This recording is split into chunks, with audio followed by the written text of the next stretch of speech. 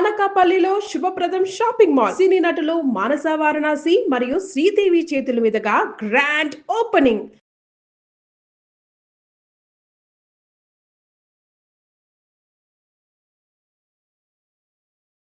నమస్తే, welcome to I dream weekend update with కవిత.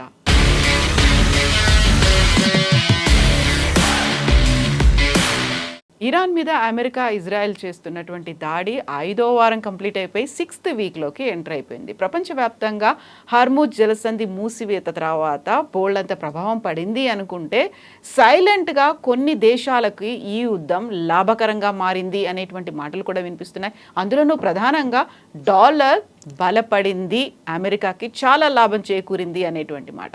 ఇందులో plan A, plan B అనేది ఉందా, లేకపోతే ఏం జరిగింది, ఎవరు లాభపడుతున్నారు, నష్టం ఎవరికి, ఎంత జరుగుతోంది? మనతో పాటుగా ఉన్నారు global economist professor doctor Ravinder Raina. Hello అండి, నమస్తే.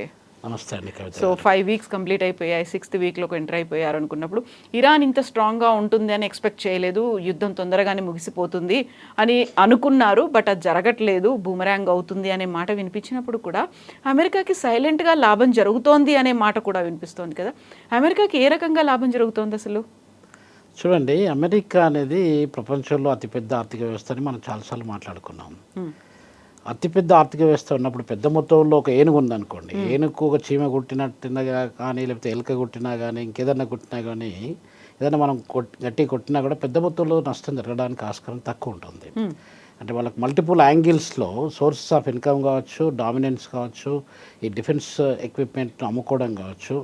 ప్రపంచ వాణిజ్యంలో కూడా ఇప్పుడు మీరు టెక్ కంపెనీస్ తీసుకోండి.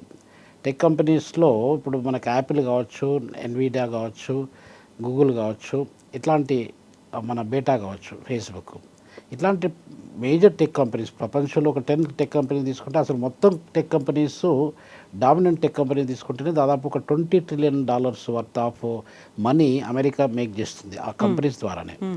సో ఇట్లాంటి పెద్ద దేశంలో ఏ జరిగినా కూడా, అంటే మనం ఏమనుకుంటామంటే విన్నర్స్ అండ్ లూజర్స్, యుద్ధంలో ఏది జరిగినా కూడా విన్నర్స్ అండ్ లూజర్. విన్నర్స్ ఎవరు అని అంటే ఇక్కడ అమెరికా చెప్పుకుంటుంది ముందు నుండి కూడా, నేను విన్నర్ని, నేను మొత్తం ఇరాన్ యొక్క ఇన్ఫ్రాస్ట్రక్చర్ని ధ్వంసం చేశాను అని చెప్పుకుంటుంది. ఇప్పుడు డిఫెన్స్ పరంగా చూసుకున్నట్టయితే కూడా అమెరికా పెద్ద మొత్తంలో ఇన్వెస్ట్మెంట్ చేసుకుంటూ వచ్చింది. ఇప్పుడు డిఫెన్స్ యొక్క బడ్జెట్ని తీసుకుంటే దాదాపు $890 బిలియన్ నుండి $1 trillion వరకు అమెరికా డిఫెన్స్ మీద ఖర్చు పెడుతుంది. అంటే ఇప్పుడు మొత్తం ప్రపంచంలో ఉన్న ఆర్థిక వ్యవస్థలు 20 ఆర్థిక వ్యవస్థలు తీసుకుంటే $1 trillion ఉన్న ఆర్థిక వ్యవస్థలు పెద్ద మొత్తంలో లేవు అసలు యాక్చువల్గా. ఇప్పుడు ఇండోనేషియా లాంటి పెద్ద పెద్ద దేశాలు కూడా, ఇటలీ లాంటి దేశాలు, మనకు రష్యా లాంటి దేశాలలో కూడా $1.5 trillion మేక్ చేయడం కష్టమవుతుంది. అటువంటి $1 trillion అమెరికా డిఫెన్స్ మీదనే ఖర్చు పెడుతుంది అనమాట. సో కాబట్టి ఇలాంటి యుద్ధం జరిగినప్పుడు ఏమైతుందంటే కవిత గారు, వాళ్ళు డిఫెన్స్ టెక్నాలజీ రిలేటెడ్ వాటిని అమ్ముకోవడానికి దీన్ని ఒక అవకాశంగా యూజ్ చేసుకుంటారు.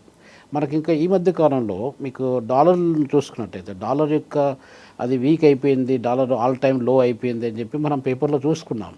కానీ నిజం ఏమవుతుందంటే ఇప్పుడు డాలర్ విషయంలో ఇప్పుడు మనకు రూపీ తీసుకోండి, రూపీ వాల్యూ అనేది ఆల్ టైమ్ లో. అసలు మన భారతదేశ చరిత్రలో కూడా $95.20 ఆర్ 30 సెంట్లు అనేది ఎప్పుడు తగ్గిపోలేదు అంత లెవెల్కి. తగ్గిపోయింది just 3 days 4 days back. So అది ఒకటే కాకుండా, అంటే ఇప్పుడు సౌత్ ఆఫ్రికా ఉందనుకోండి, సౌత్ ఆఫ్రికాలో మొన్నటి వరకు పనిచేసి వచ్చాను. సౌత్ ఆఫ్రికన్ ర్యాండ్ ఇప్పుడు వారు జరిగే కంటే ముందు 15 ఆ రేంజ్లో ఉన్నటువంటి, అంటే $1కు 15 సౌత్ ఆఫ్రికన్ ర్యాండ్స్ ఉంటే అది 17 చిల్లర అయిపోయింది. 17.15, 17.17 ఆ రేంజ్లో నడుస్తూ ఉంది ఇప్పుడు.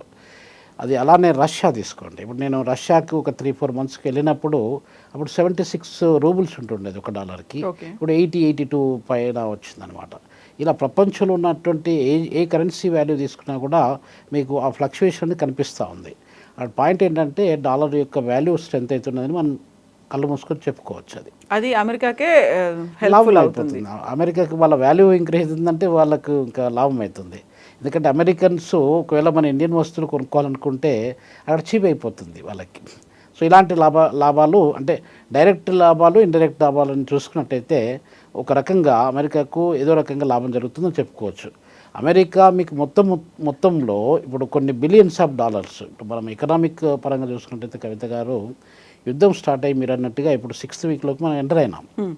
6th వీక్ ఎంటర్ అయినప్పటి కంటే ముందు 28th ఫిబ్రవరి నుండి మనము 4th ఏప్రిల్కు చూసుకున్నట్టయితే ఈ మధ్యకాలంలో ఎంత నష్టం జరిగిందనేది కూడా చూసుకోవచ్చు మనం.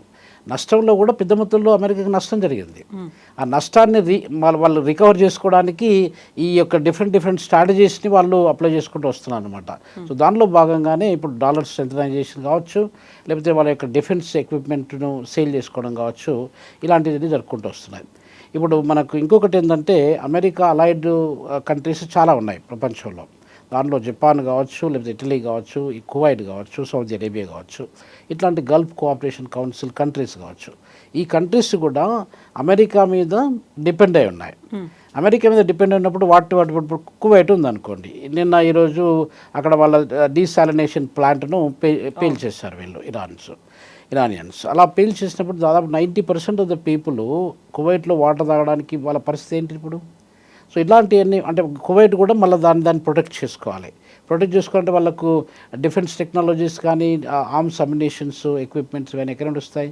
అమెరికన్ తీసుకుంటుంది. సో ఈ రకంగా అమెరికా, సౌదీ అరేబియా కూడా కావచ్చు, లెబనాన్ కావచ్చు, ఇట్లాంటి కంట్రీస్ నుండి కూడా ఏదో రకంగా డైరెక్ట్ కానీ ఇండైరెక్ట్ కానీ ఈ యొక్క డిఫెన్స్ డీల్స్ అనేది పెద్ద మొత్తంలో జరుపుకుంటూ వస్తున్నాయి. అదొక పాయింట్. రెండో పాయింట్ ఏంటంటే కవిత గారు, ఈ మధ్యన డెవలప్మెంట్స్ మనం కూడా ఇండియా కూడా పెద్ద మొత్తంలో డిఫెన్స్ అమ్ముకుంటున్నాం మనం. డిఫెన్స్ టెక్నాలజీ కావచ్చు, ఇది ఇట్లాంటి ఆర్మ్స్ అమ్యునిషన్స్ కావచ్చు, మనం అమ్ముకుంటున్నాం. ఫస్ట్ టైం మన చరిత్రలో ఇప్పటి వరకు మనం $4 బిలియన్ వర్త్ ఆఫ్ డిఫెన్స్ టెక్నాలజీని ఇక్కడ అమ్మలేదు అనమాట. డిఫెన్స్ అది మిసైల్స్ కావచ్చు, గన్స్ కావచ్చు. ఇప్పుడు మనము డిఫరెంట్ నంబర్స్తో AK-47, AK-56 అలా కాకుండా AK అనే నంబర్తో డిఫరెంట్ గన్స్ని కూడా మనం అమ్ముకుంటున్నాం అనమాట. ఇలా అమ్ముకోవడం అనేది అంటే ఇరాన్కి అమ్ముకోకపోవచ్చు, లేకపోతే సౌదీకి అమ్ముకోకపోవచ్చు, వేరే కంట్రీస్ కూడా అమ్ముకుంటున్నాము. కానీ ఫస్ట్ టైము మన యొక్క డిఫెన్స్ టెక్నాలజీ కానీ డిఫెన్స్ ఐటమ్స్ కానీ అమ్ముకొని ఎక్కువ మొత్తంలో మనీ మేక్ చేసిన దేశాలలో భారతదేశం కూడా ఒక దేశంగా మారిపోయింది అనమాట. ఇప్పుడు ఎవరు డిఫెన్స్ ఎక్కువ అమ్ముతున్నారంటే మనకు ముఖ్యంగా అమెరికా, రష్యా, ఈ రెండింటితో పాటు ఫ్రాన్స్ కూడా ఈ కంట్రీస్, ఇజ్రాయెల్ కూడా అమ్ముకుంటుంది. తర్వాత ఇది చైనా కూడా వస్తుంది.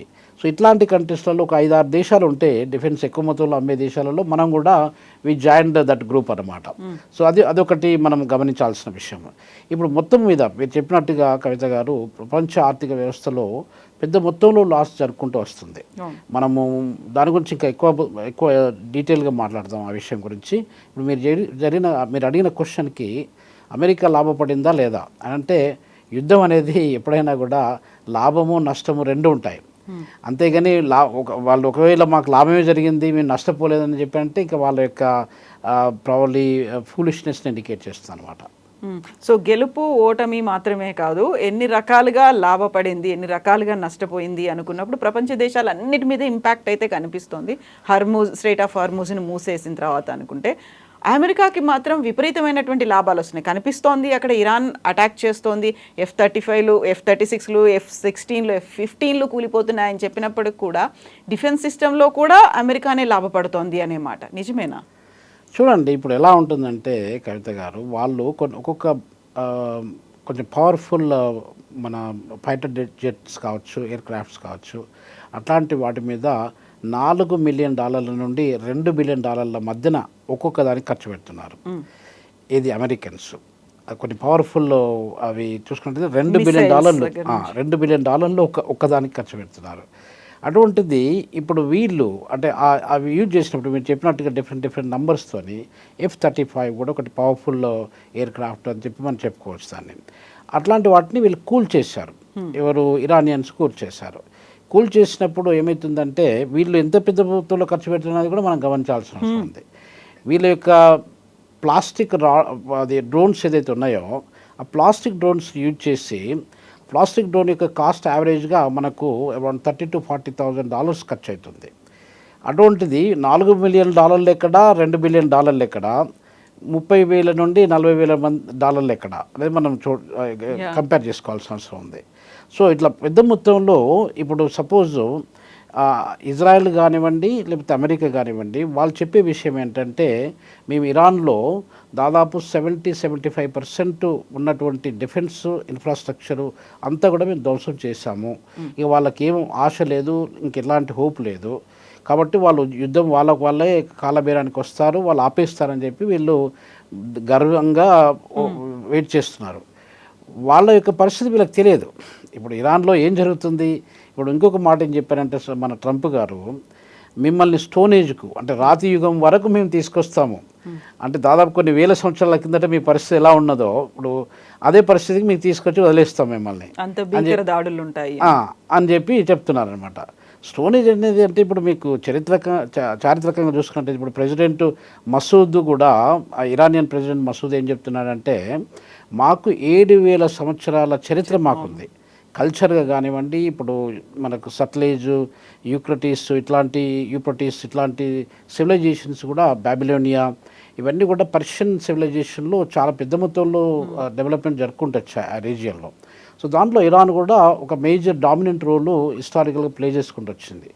అంటే ఆయన చెప్పేది ఏంటంటే ఇరానియన్స్ వర్షన్ ఏంటంటే ఇప్పుడు మీకు 250 సంవత్సరాల చరిత్ర మీకున్నది, మాకు 7,000 సంవత్సరాల చరిత్ర మాకున్నది. 7,000 సంవత్సరాల చరిత్రను నువ్వు ఏ రకంగా ధ్వంసం చేస్తావు, ఏ రకంగా దాన్ని డిస్ట్రాయ్ చేస్తావు అనేది మేము వెయిట్ చేస్తాము, చూస్తామని చెప్పి వాళ్ళు చెప్తున్నారు. సరే, ఎవరేం చెప్పినా కూడా వాళ్ళ యొక్క లాభాల కొరకు కావచ్చు, వాళ్ళ యొక్క ఇగోను సాటిస్ఫై చేసుకోవడానికి కావచ్చు, ఇలాంటి ఎన్ని చెప్పినా కూడా వారి వల్ల మనకు ఎంత నష్టం జరుగుతుందో చూద్దాం. ఇప్పుడు వారు దాదాపు ఒక అరౌండ్ 40 days పైన ఇప్పటి నుండి చూసుకున్నట్టయితే 40 daysలో మనకు $600 బిలియన్ నష్టం జరిగింది ప్రపంచ ఆర్థిక వ్యవస్థ పైన. అది ఇంకెక్కువనే జరగచ్చు, ఇంకా తక్కువైతే కాదు. ఇప్పుడు ఎందుకంటే మనకు వారు స్టార్ట్ అయిందనేది ఇజ్రాయెల్కు, ఇటు ఇరాన్కి, అమెరికాకు మూడింటి మధ్య స్టార్ట్ అయింది. ఇప్పుడు చాలా కంట్రీస్ డైరెక్ట్గానో ఇండైరెక్ట్గానో ఇన్వాల్వ్ అయినాయి. అది కువైట్ కావచ్చు, సౌదీ అరేబియా కావచ్చు, బహ్రెయిన్ కావచ్చు, ఒమన్ కావచ్చు, ఇట్లా రకరకాల, ఖతార్ కావచ్చు, ఇట్లా రకరకాల కంట్రీస్ దానిలో డైరెక్ట్గానో ఇండైరెక్ట్గానో వాళ్ళు ఇన్ఫ్లుయెన్స్ చేయబడ్డారు.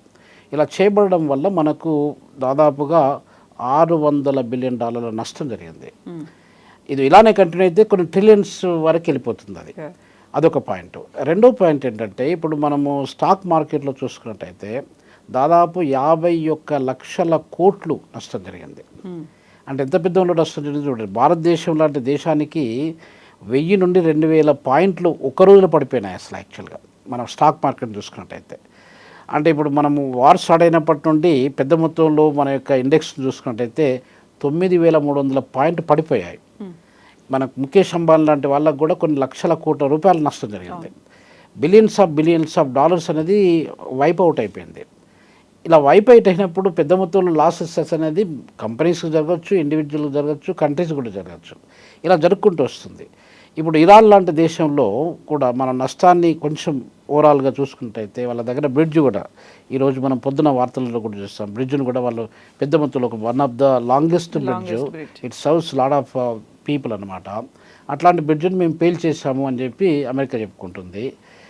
ఇప్పుడు ఇరాన్ ఏం చెప్తుందంటే ఇలాంటి బ్రిడ్జ్లో మేము ఎన్నో పేల్ చేశాము, ఎన్నో టార్గెట్స్ మాకు ఉన్నాయి. ఇంకా అవి కాకుండా ఇప్పుడు ఈ మల్టీనేషనల్ కంపెనీస్ ఉన్నాయి. మనం ఇంతకుముందు అనుకున్నట్టుగా మల్టీనేషనల్ కంపెనీస్ గూగుల్ కావచ్చు, ఈ IBM కావచ్చు, లేకపోతే అమెజాన్ కావచ్చు, ఇట్లాంటి కంపెనీస్ మీద ఈ కంపెనీస్ ఎక్కడున్నాయి, వాటి ఆఫీసెస్ మిడిల్ ఈస్ట్లో ఉన్నాయి. ఆ మిడిల్ ఈస్ట్లో ఎక్కడున్నా కూడా ఈ కంపెనీస్ మీద అటాక్ చేస్తాం, వాటిని మొత్తం డిస్ట్రాయ్ చేసేస్తామని చెప్పి వీళ్ళు టార్గెట్ చేస్తున్నారు. సైబర్ వార్ఫేర్గా మారి ఇలాంటి జరిగినప్పుడు ఏమవుతుందంటే అదొకటి పాయింట్ మనం గమనించాల్సిందే. అంటే ఇప్పుడు ఫిజికల్ ఇన్ఫ్రాస్ట్రక్చర్ ఏదైతే ఉందో కవిత గారు, దాన్ని డిస్ట్రాయ్ చేస్తున్నారు పెద్ద మొత్తంలో. ఇప్పుడు మనకు కొన్ని కేబుల్ వేస్ కూడా, మనం ఇంటర్నెట్ వాడుకునే కేబుల్ వేస్ కూడా సీ ద్వారా వస్తున్నాయి అన్నమాట. సీ ద్వారా వచ్చినప్పుడు ఇప్పుడు ఆ ఏరియా నుండి మనకు ఇప్పుడు ఇంటర్నెట్ కనెక్షన్ మన ఇండియాకి కానీ ఫారెస్ట్ ఏషియాకి కానీ వెళ్ళాలంటే ఆ ఏరియా నుండి వస్తాయి. అక్కడ మనం కట్ చేశారనుకోండి వాళ్ళు, మనకి ఇంటర్నెట్ సర్వీసెస్ కూడా ఉండవు. అంటే ఎంత పెద్ద మొత్తంలో నష్టం జరుగుతుంది, డిజిటల్ ఎకానమీ మీద ఎంత పెద్ద మొత్తంలో నష్టం జరుగుతుందని మనం ఊహించుకోవచ్చు. సో ఈ రకంగా చూసుకున్నట్టయితే కవిత గారు దాదాపు $120 నుండి $150 బిలియన్ వరకు ఇరాన్కు నష్టం జరిగింది. ఇక్కడ మనకు ఇజ్రాయెల్ తీసుకున్నా కూడా ఇజ్రాయెల్ కూడా పెద్ద మొత్తంలో, అంటే యావరేజ్గా మీరు చూడండి దాదాపు 900 మిలియన్ల నుండి $1 బిలియన్ పర్ డే స్పెండ్ చేస్తున్నారు. అంటే ఇప్పుడు మనం ఓవరాల్గా చూసుకున్నట్టయితే నష్టం కొంచెం స్టార్టింగ్లో ఎక్కువ పెద్ద మొత్తంలో జరిగి ఉండొచ్చు. యావరేజ్గా ఇప్పుడు చూసుకున్నట్టయితే మనకు అరౌండ్ $1 బిలియన్ నష్టం జరుగుతుందన్నమాట పర్ డే. $1 బిలియన్ అంటే ఎంత పెద్ద మొత్తంలో ఎంత పెద్ద ఎనార్మస్ మనీ అనేది మనం చూసుకోవచ్చు. ఇప్పుడు సపోజ్ ఎరిట్రియా లాంటి దేశం యొక్క ఆర్థిక వ్యవస్థను చూసుకున్నట్టయితే ఎరిట్రియాలో ఎంత వస్తుందండి? వాళ్ళకు మొత్తం ఆదాయము 2-2.5 బిలియన్లు మాత్రమే వస్తుంది. అంటే అట్లాంటి దేశాలు, ఇప్పుడు సపోజ్ బురుండి ఉందనుకోండి, చిన్న చిన్న కంట్రీస్ ఉన్నాయి. ఇప్పుడు మనకు సీచెల్స్ ఉంది. ఇట్లాంటి కంట్రీస్లో వాటి యొక్క ఆదాయము అంటే జాతీయ ఆదాయం ఏదైతే ఉంటుందో నేషనల్ ఇన్కము, ఆ నేషనల్ ఇన్కమ్ కంటే ఎక్కువ మొత్తంలో ఇక్కడ లాస్ జరుగుతుంది ఒక రోజుకి. అంటే ఆలోచన చేయండి. సో కాబట్టి ఇట్లాంటి లాసెస్ అనేది జరుపుకుంటూ వస్తున్నాయి. అంటే అన్ని దేశాలు, ఇప్పుడు మన భారతదేశం కూడా లాస్లు చూసుకున్నట్టయితే మన దగ్గర ఇంతకుముందు చెప్పుకున్నట్టుగా స్టాక్ మార్కెట్ నష్టపోయింది. తర్వాత పెద్ద మొత్తంలో మనకు గ్యాస్ దొరకట్లేదు ఇక్కడ. సో ఈ రకంగా చూసుకున్నట్టయితే కూడా మనకి ఇప్పుడు ఇంకా స్పెక్యులేషన్స్ పెద్ద మొత్తంలో పెరుగుకుంటూ వస్తున్నాయి. సో ఈ లాసెస్ అనేది మనము అది ఇప్పుడు అటాక్స్ చూసుకున్నట్టయితే ఇంకా అటాక్స్ జరుపుకుంటూ వస్తున్నాయి. అంటే ఎంత లాస్ అయింది, ఎవరెంత లాస్ అనేది మనం అక్యురేట్గా మెజర్ చేయడానికి ఛాన్సెస్ తక్కువ ఉంటాయి. అదంతా కొంచెం వారు అది స్టాప్ అయిపోయి అప్పుడు మనం ఏమైనా అసెస్ చేసి అక్కడ ఉన్న సిచ్యువేషన్, గ్రౌండ్ సిచ్యువేషన్ అసెస్ చేసి ఒక్కొక్క అసెట్ ఎంత నష్టపోయింది, ఎన్ని రాడాలు ధ్వంసమైనాయి, ఎన్ని విమానాలు పోయినాయి అని చూసుకున్నట్టయితే అప్పుడు మనం ప్రాపర్గా ఎస్టిమేట్ చేయడానికి కాసుకుంటుంది. ఇప్పుడు కొంచెం ఓవరాల్గా $600 బిలియన్ నష్టం జరిగిందని మనం చెప్పుకోవచ్చండి. సో అమెరికా అంటే సూపర్ పవరు, ఇజ్రాయెల్ దగ్గరేమో మొసాద్ లాంటి నిఘా వ్యవస్థ ఉంది, ఎక్కడ ఏం జరుగుతుంది అనేది ఇంటెలిజెన్స్ దాంతో తెలుసుకోగలుగుతుంది. బట్ ఇరాన్ దగ్గర ఏముంది? వాళ్ళని ఓన్లీ టాప్ లీడర్ ఎవరైతే సుప్రీం లీడర్ ఉన్నారో ఆయన్ని కొడితే సరిపోతుంది అనే భావంతోనే రంగంలోకి దిగారా? ఇరాన్ దగ్గర అంత పవర్ ఎలా వచ్చింది? ఏం చేస్తోంది ఇరాన్? చూడండి, ఇరాన్ కూడా మన భారతదేశం లాగా ఇరాన్ పెద్ద దేశం. అంటే మనకు వైశాల్యంగా చూసుకున్నట్టయితే దాదాపు భారతదేశంలో సగం భాగం ఉంటుందండి. అది 1.6 మిలియన్ స్క్వేర్ కిలోమీటర్స్ ల్యాండ్ అది. ఇప్పుడు ఈ ఇరాను ఇరాక్ కావచ్చు, లేకపోతే కువైట్ కావచ్చు, ఖతార్ కావచ్చు, బహ్రెయిన్ కావచ్చు, ఈ అన్ని దేశాలు అన్నీ కలుపుకున్నా కూడా ఇరాన్కు ఈక్వల్ కాదు. అంత పెద్ద దేశం అన్నమాట. మనం అదొక పాయింట్. రెండో పాయింట్ ఏంటంటే కవిత గారు, అక్కడ జనాభా కూడా దాదాపు 9 కోట్ల పైన జనాభా ఉన్నారు. 93-94 మిలియన్ పీపుల్ అక్కడ ఉన్నారనమాట. సో ఇది అంటే ఆర్థిక పరంగా చూసుకున్నా కూడా ఇప్పుడు మనకు ముంబై లాంటి సిటీస్ ఎంతైతే మన దేశ ఆర్థిక వ్యవస్థ కాంట్రిబ్యూట్ చేస్తుందో అదే రేంజ్లో ఆల్మోస్ట్ ఒక $450 బిలియన్ వరకు వాళ్ళకి నేషనల్ ఇన్కమ్ అంత ఉందన్నమాట. అంటే ఇప్పుడు ఇరాన్ యొక్క నేషనల్ ఇన్కమ్ కంటే పెద్ద మొత్తంలో మన ప్రపంచ ఆర్థిక వ్యవస్థకు నష్టం జరిగింది. ఇలా జరిగినప్పుడు అంటే ఇరాన్లో ఏంటి అసలు అది ఇరాన్ యొక్క ప్రజల యొక్క ఇదేంటి అంటే వాళ్ళు చాలా ఫెరోషియస్ పీపుల్ అండి. వాళ్ళు ఏంటంటే అక్కడ పాయింట్, మేము ఎవరిని అటాక్ చేయము, మమ్మల్ని ఎవరైనా అటాక్ చేసినట్టు మేము ఊరుకోము. సో ఇండియా కూడా ముందు నుండి వేరే, ఇప్పుడు మనకు ఇంకొక విషయం ఏంటంటే కవిత గారు, ఇరాను ఒకప్పుడు భారతదేశంలో భాగంగా ఉంటుండేది. హిస్టారికల్గా మీరు చూసుకున్నట్టయితే ఒక 900-1000 సంవత్సరాల కిందట అది ఇరాన్ కూడా మన భారతదేశంలో ఒక భాగంగా ఉంటుండేది. అలాంటిది ఇరాన్ కానీ ఆఫ్ఘనిస్తాన్ కానీ ఇప్పుడు మనకున్నటువంటి బర్మా, మయన్మార్ కానీ ఈ దేశాలన్నీ కూడా భారతదేశ ఉపఖండంలో భాగంగా ఉంటుండేది ఒకప్పుడు. అయితే అలాంటి దేశంలో వాళ్ళు జాగ్రఫికల్ కండిషన్స్ చూసుకున్నట్టయితే వాళ్ళు వెల్ ప్రొటెక్టెడ్ అండి. అంటే వాళ్ళ మౌంటైన్స్ కావచ్చు, అక్కడ ఉన్నటువంటి సీ వాటర్స్ కావచ్చు, లేకపోతే అక్కడ ఉన్నటువంటి లేక్స్ కావచ్చు, ఇవన్నీ కూడా న్యాచురల్ వాటిని ఏమంటారంటే రిసోర్సెస్ పరంగా చూసుకున్నట్టయితే దే ఆర్ వెల్, దాని ఏమంటారు వాళ్ళు, they are given the gift అనమాట బై ద నేచర్. సో అది దాన్ని వీళ్ళు ఏం చెప్తున్నారు, మేము 50% ధ్వంసం చేసాము, 75% చెప్తున్నారు. కానీ ఇరాన్లో అంత ఇది కాదు. ఇప్పుడు గ్రౌండ్ అటాక్ దాదాపు 50,000 సైనికులతోని అమెరికా గ్రౌండ్ అటాక్ చేయడానికి ప్రయత్నాలు జరుగుతున్నాయి. They have started their journey అనమాట. ఇలా అంటే గ్రౌండ్, ఇప్పుడు నువ్వు ఎయిర్ ఫోర్స్ని పంపించే you couldn't achieve what you want to achieve. అది ఇప్పుడు మీరు గ్రౌండ్ సోల్జర్స్, అమెరికన్ సోల్జర్స్ ఎక్కడో పుట్టాడు వాడు, ఎక్కడో పెరిగాడు, వాడికి అమెరికన్ అది ఇరాన్ యొక్క జాగ్రఫికల్ కండిషన్స్, GPS సిస్టమ్ అంతా తెలియదు కదండి. ఇప్పుడు వాళ్ళకి ఎట్లాంటి అంబుష్ సెక్షన్ అటాక్స్ అని చెప్పి చేస్తూ ఉంటారు. ఇప్పుడు మన అమెరికన్ సోల్జర్స్ ఎంటర్ అవుతున్న కొద్దీ వాడు వెయిట్ చేస్తాడు, ఒకేసారి దెబ్బ కొట్టేస్తాడు. ఎయిర్ ఫోర్స్లోనే మనము అంత కొట్టలేకపోయినాం. ఎందుకంటే వాళ్ళకి అడ్వాంటేజ్ అది. జాగ్రఫికల్ లొకేషన్ చూసినట్టయితే కవిత గారు ఇరానియన్స్కు అది అడ్వాంటేజ్. ఎందుకంటే వాళ్ళకి ఎక్కడెక్కడ ఏమున్నదనేది వాళ్ళకి తెలుసు. ఆ సోల్జర్స్ కూడా అక్కడ ఆ ల్యాండ్లో వాళ్ళు ట్రైన్ అయ్యారు కాబట్టి they could fight better than the Americans and అవుట్ సైడర్స్. సో కాబట్టి మనం వాళ్ళకి తక్కువ అంచనానికి వీల్లేదన్నమాట. సో దాన్ని మనం చాలా జాగ్రత్తగా గమనించాల్సిన విషయం. ఎందుకంటే ఇన్సైడ్ స్టోరీ ఇప్పుడు వాడు దాదాపు 47 years నుండి మొత్తము ఈ యొక్క ఏమంటారు దాన్ని అయతుల్లా ఖొమైనీ గారు కావచ్చు, లేకపోతే అక్కడ ఉన్నటువంటి రెవల్యూషనరీ ఈ మన ఇరానియన్ ఆర్మీ కావచ్చు, వీళ్ళందరూ ఒక కంట్రోల్కి తీసుకొచ్చారు. కంట్రోల్ తీసుకొచ్చి అది మన ఆ యొక్క షియా యొక్క రూల్స్ని కానీ రెగ్యులేషన్ కానీ వాళ్ళు స్ట్రిక్ట్గా పాటించుకుంటూ వస్తున్నారు. అలాంటి దాన్ని మీరు ఒకేసారి బ్రేక్ చేసి మొత్తం మేము లీడర్షిప్ చేంజ్ చేస్తామని చెప్పడానికి ఛాన్సెస్ కొంచెం తక్కువ ఉంటాయి అన్నమాట. ట్రూ. సో ఇప్పుడు మళ్ళీ నెక్స్ట్ ఏం జరగబోతుంది, ఎవరి స్ట్రాటజీ ఎలా ఉంటుంది అంటే మీరెంతవరకు అంచనా వేస్తున్నారు, ఎప్పటి వరకు క్లోజ్ అయిపోతుంది? ట్రంప్ అయితే ఇంకో 2-3 weeks అంటున్నారు. చూడండి ఇప్పుడు ఎట్లా ఉంటుందంటే పరిస్థితి, ఎవరి దగ్గర సామర్థ్యం లేకున్నా కూడా వాళ్ళు మేకవన్న పులిలాగా అన్నమాట. సో ఈ రకంగా గంభీరంగా వాళ్ళు ఇరానియన్స్ కూడా వాళ్ళు వీక్ అయ్యారు. ఎందుకంటే చాలా పెద్ద మొత్తంలో నష్టం జరిగింది. వాళ్ళ లీడర్ పోయారు, వాళ్ళ పెద్ద పెద్ద కమాండర్స్ చనిపోయారు. అలాంటప్పుడు ఇప్పుడు మనకు ముస్తాబా వాళ్ళ అయతుల్లా ఖొమైనీ గారి యొక్క సన్ను కూడా గాయపడ్డాడని చెప్పి మనం వింటున్నాం. ఆయన కనిపించట్లేదు ఈ మధ్య కాలంలో. ప్రెసిడెంట్ మసూద్ ఆయనే స్టేట్మెంట్స్ ఇవ్వడం జరుపుకుంటూ వస్తుంది. ఇలా జరుపుకుంటూ వచ్చినప్పుడు కవిత గారు పెద్ద మొత్తంలో నష్టం జరిగినప్పుడు వాళ్ళు ఎంతో దూరము ఫైట్ చేయలేరు. కాకపోతే వాళ్ళు ఏం చెప్తున్నారంటే మీరు ఎంత ఫైట్ చేస్తారో అంతకంటే ఎక్కువ మేము ఫైట్ చేస్తాం. మీరు మొన్న అది కాల్పుల విరమణ తర్వాత కొంచెం బ్రేక్ తీసుకుంటామని చెప్పి అన్నారు కదా, మేమేం బ్రేక్ తీసుకోము అని చెప్పి వాళ్ళు కంటిన్యూ చేశారు యుద్ధాన్ని. సో ఇది ఎంతసేపు కంటిన్యూ అయినా కూడా కవిత గారు ఇప్పుడు 3 పార్టీలే కాకుండా చాలా పార్టీస్ దీనిలో ఇన్వాల్వ్ అయినాయి కాబట్టి దాదాపు 40 days అంటే దాదాపు ఒక అరౌండ్ 2 weeks వరకు, ఇంకొక 2 weeks వరకు మ్యాక్సిమము కంటిన్యూ అవుతుండొచ్చు అని చెప్పి మనము అది అంచనా వేయడానికి చాలా ఆస్కారం ఉంది. ఇంకా కొంచెం బియాండ్ ఇంకొక 2 weeks కాకపోతే ఇంకొక 1 month వరకు కూడా పోవడానికి ఆస్కారం ఉంటుందన్నమాట. అప్పటిదాకా ఎవరికి ఎంత నష్టం జరుగుతుంది, ఎవరు ఎంత ఇంట్రాస్పెక్ట్ చేసుకుంటారు, ఎవరు కొంచెం వెనకడుగు వేస్తారు, అది ప్రైడ్ అండ్ ప్రెజుడిస్ కాకుండా యాక్చువల్గా ఆలోచించగలిగితే తెలుస్తుంది. తప్పకుండా అండి. యుద్ధంలో ఎవరు విన్నర్స్ అనేది లేరండి. ప్రపంచ చరిత్రలో మనకు ముఖ్యంగా స్పెయిన్ ఒకప్పుడు పెద్ద దేశం, అది స్పెయిన్ డామినెన్స్ ఉంటుండేది. స్పెయిన్ తర్వాత ఇటలీకి డామినెన్స్ వచ్చింది, గ్రీస్కి ఒక టైంలో వచ్చింది, ఫ్రాన్స్కి వచ్చింది. ఈ రకంగా చూసుకున్నట్టయితే they are just coming and going అంతే. Nobody win. మనకు అలెగ్జాండర్ లాంటి పెద్ద పెద్ద వీరులే విన్ అయినట్టు లేకుండా ఆయన చనిపోయేటప్పుడు నేను తీసుకుపోయేటప్పుడు ఏం తీసుకుపోవట్లేదు, వట్టి చేతులతోనే వెళ్ళిపోతున్నానని చెప్పి ఇలా చేతులు పెట్టి చనిపోయాడు అనమాట.